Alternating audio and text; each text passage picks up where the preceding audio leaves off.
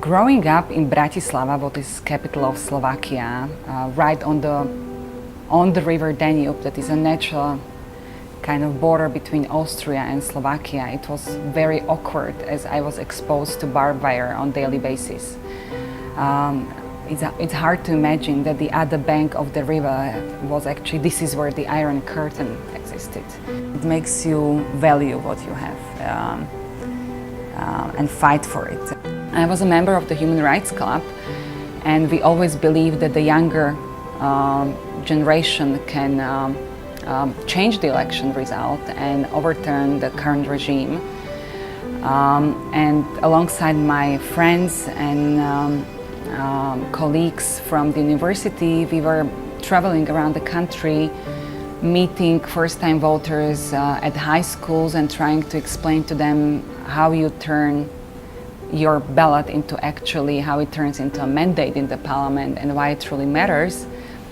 We visited more than 100 schools in a very short period of time, and through those efforts I got acquainted with NDI.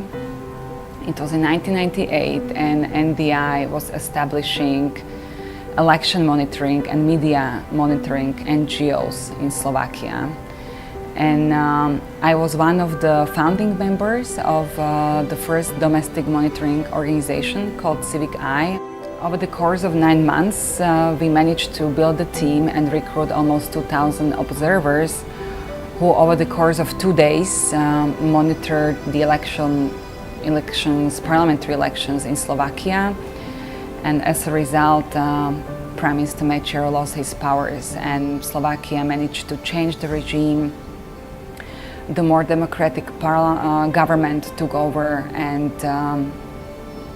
here we are. We are part of the European Union. We managed to catch up, and I think overall it's a success story. I have a theory that certain people are simply born activists. It's part of their DNA. In my case, I was active since primary school, participating in demonstrations, writing to President Havel. And simply it's absolutely natural that I carried on fighting for what I believe in, no matter where I am. And NDI in this regard, it's natural partner, it's part of my identity.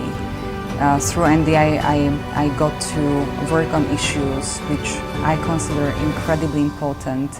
It's not only political parties, but as well we understand the process, that the civic society matters, women matter, minorities matter, elections matter, and it all together we can speak of a democratic form of governance.